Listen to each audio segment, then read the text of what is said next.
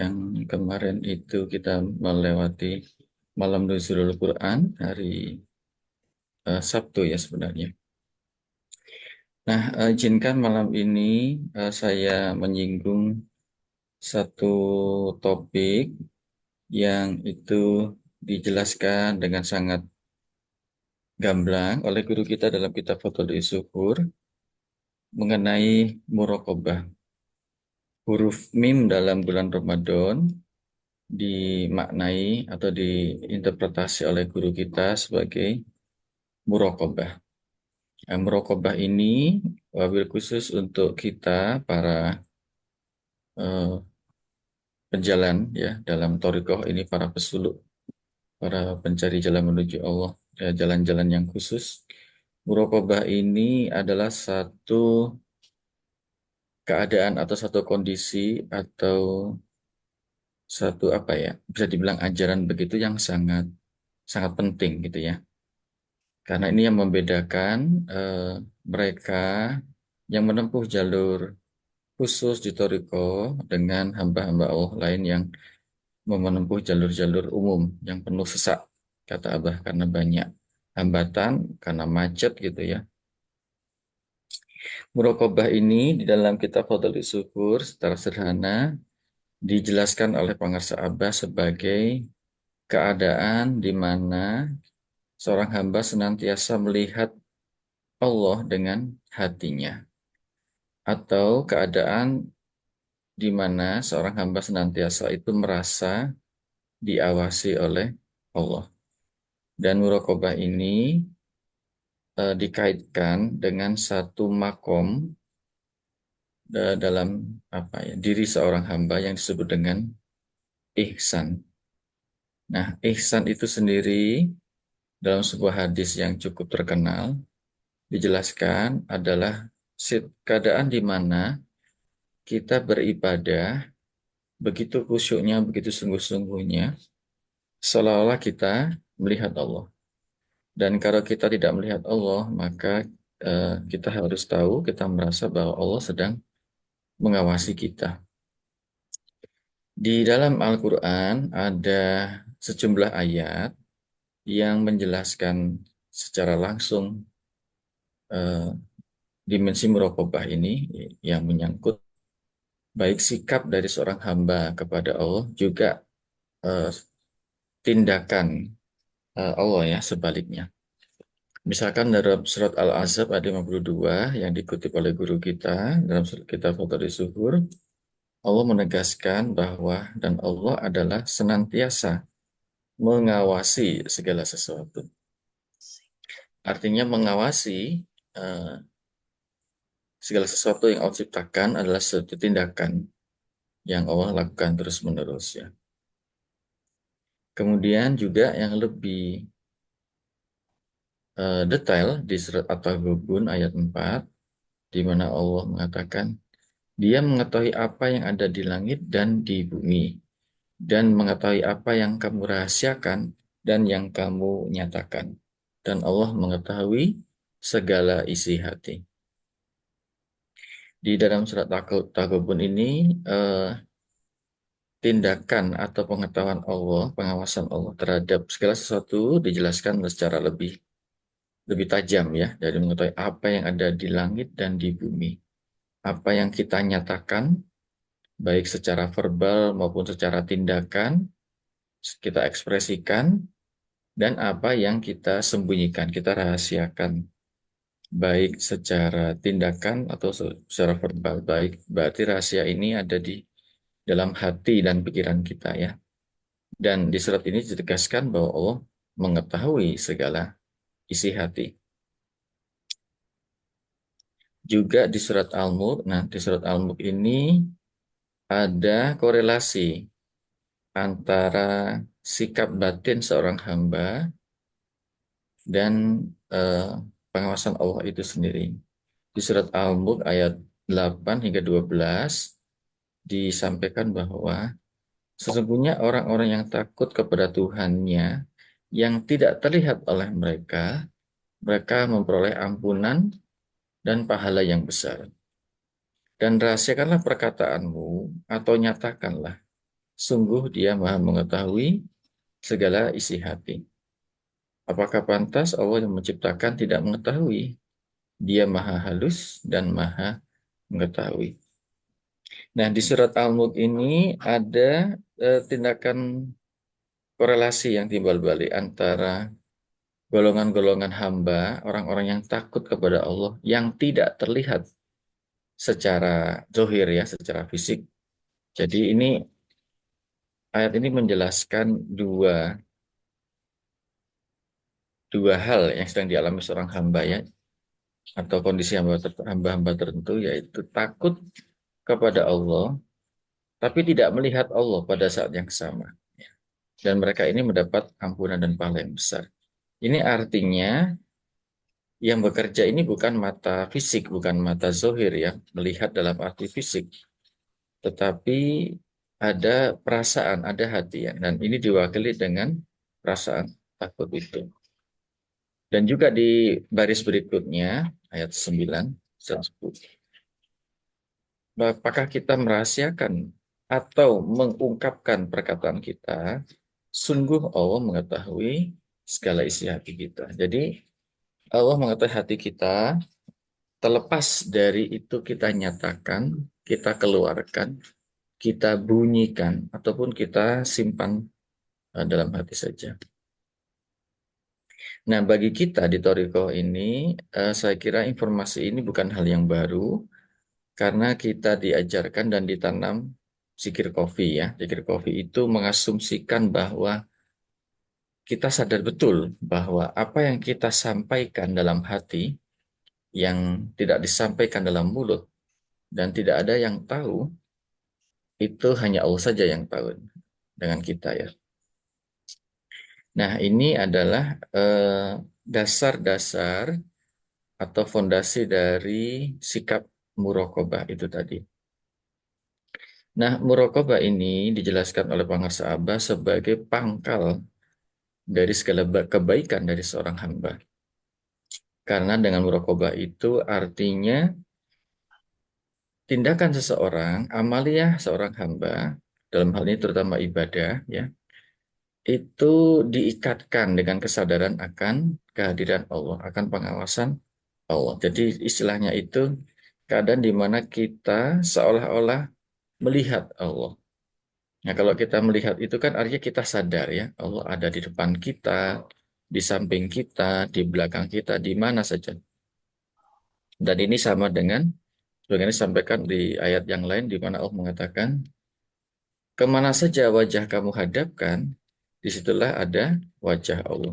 Nah, ini adalah ilustrasi yang lain bahwa eh, pengawasan Allah ada di mana saja.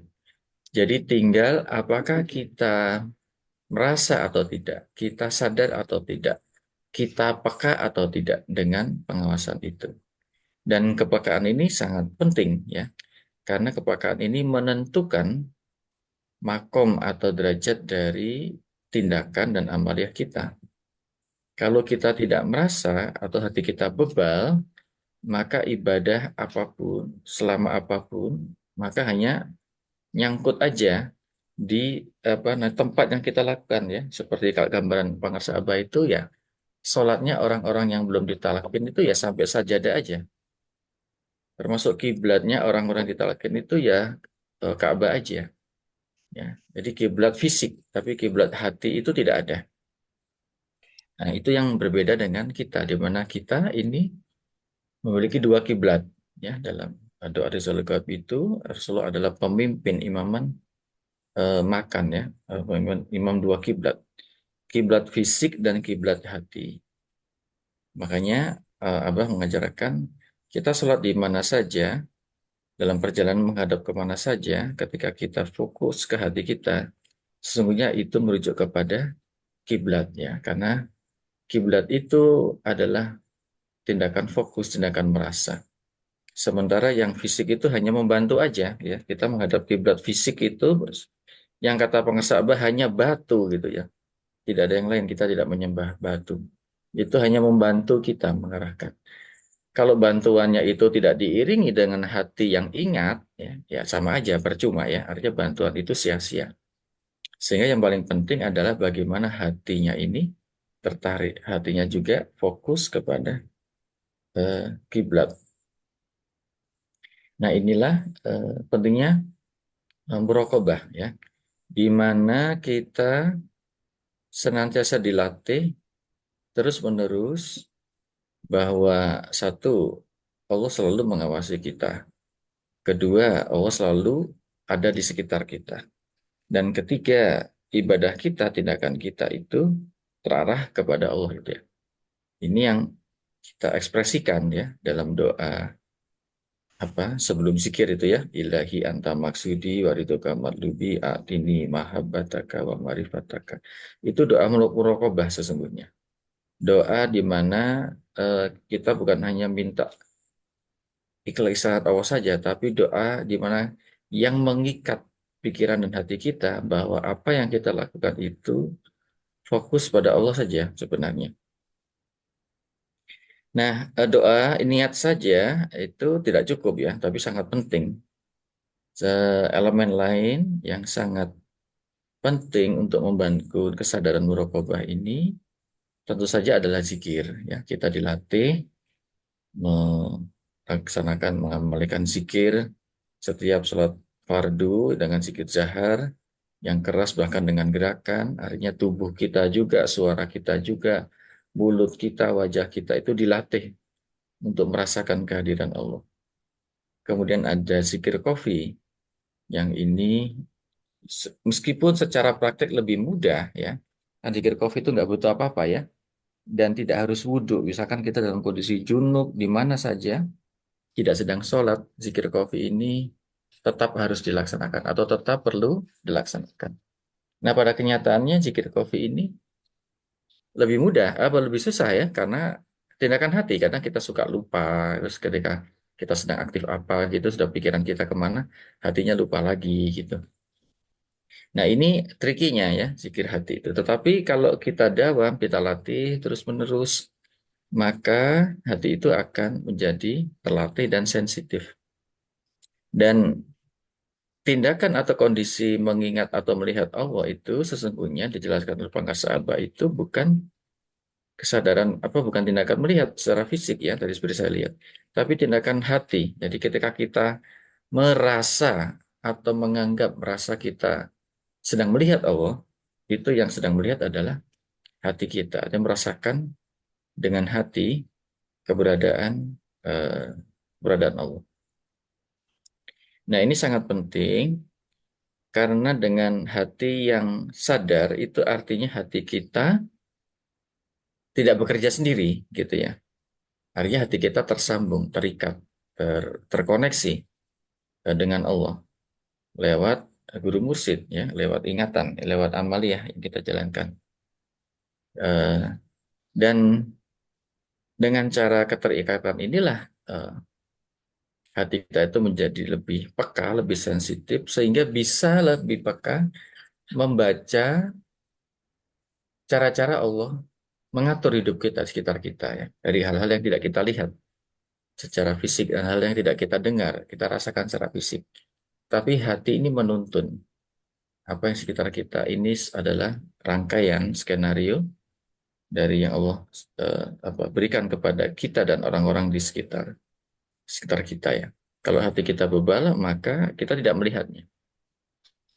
Itu ya. Nah, ini kembali kepada sebagaimana dijelaskan di surat Ali Imran ayat 190 dan 191 di mana Allah menjelaskan bahwa sesungguhnya dalam penciptaan langit dan bumi dan perputaran siang dan malam itu ada tanda-tanda kebesaran Allah bagi kaum ulul albab ya. Jadi bukan untuk semua orang ya, kaum ulul albab saja yang menyadari mengetahui tanda-tanda itu. Nah, siapakah ulul albab itu? Di ayat 191 surat Ali Imran tadi yang saya sebutkan, ulul albab dijelaskan adalah mereka yang berzikir kepada Allah dalam kondisi berdiri, duduk, dan berbaring sambil memikirkan penciptaan Allah yang di langit dan di bumi gitu ya. Jadi komponen utama seorang ulul albab itu zikir, dan zikir di segala keadaan ya. Berdiri, duduk dan berbaring itu adalah representasi apapun yang kita lakukan dan apapun yang tidak kita lakukan. Kita ingat kepada Allah. Dan hanya hamba-hamba seperti inilah yang bisa memahami, bisa merasakan tadi itu ya, tanda-tanda besaran Allah di dalam perputaran siang dan malam dan dalam penciptaan langit dan bumi. Sesungguhnya secara kosmologis, langit dan bumi ini terus-menerus diciptakan oleh Allah. Ya, karena tidak pernah ada hal yang sama setiap hari. Ya, misalkan ada tanaman dari biji tumbuh membesar, tidak pernah sebuah tanaman itu jadi biji terus ya selamanya. Kemudian atau jadi pohon terus. Pasti pohon itu akan tumbuh, berkembang, kemudian busuk, kemudian mati. Dan dunia sekitar kita seperti itu. Tidak ada yang tetap, tidak ada yang sama sekali. Selalu berubah setiap saat. Begitu juga kita sesungguhnya. Tubuh kita ini setiap saat mereproduksi sel-sel baru. Sehingga kita yang sekarang secara fisik sesungguhnya bukan kita yang kemarin. Karena sel-sel kita ini sudah berganti terus-menerus. Ya. Dan ini eh, satu proses penciptaan sesungguhnya ya. Yang digambarkan dalam surat Al-Imran tadi sebagai perputaran siang dan malam. Perputaran waktu. Perputaran antara energi dan diam. Perputaran antara terang dan gelap. Dari situ ada proses perciptaan, ada proses pergiliran dari satu kenyataan ke kenyataan yang lain. Dan di situ ada tanda-tanda kekuasaan Allah. Kalau hanya kita berzikir. Nah, zikir-zikir terus-menerus inilah yang bisa melatih kita dalam keadaan muraqabah itu tadi. Di mana kita senantiasa merasa bukan hanya diawasi ya, tapi juga dekat bersama dengan Allah.